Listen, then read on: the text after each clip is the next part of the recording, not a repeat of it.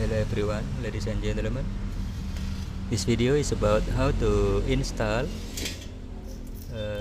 this regulator to the LPG.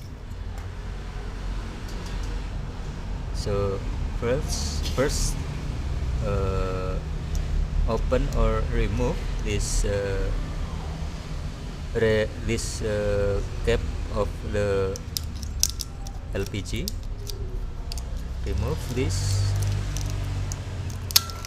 plastic, and this is also remove using tool.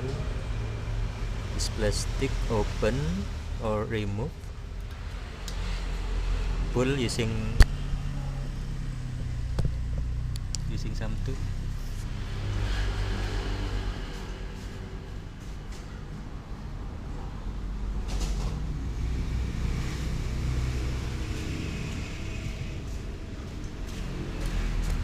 Remove this plastic using the knife.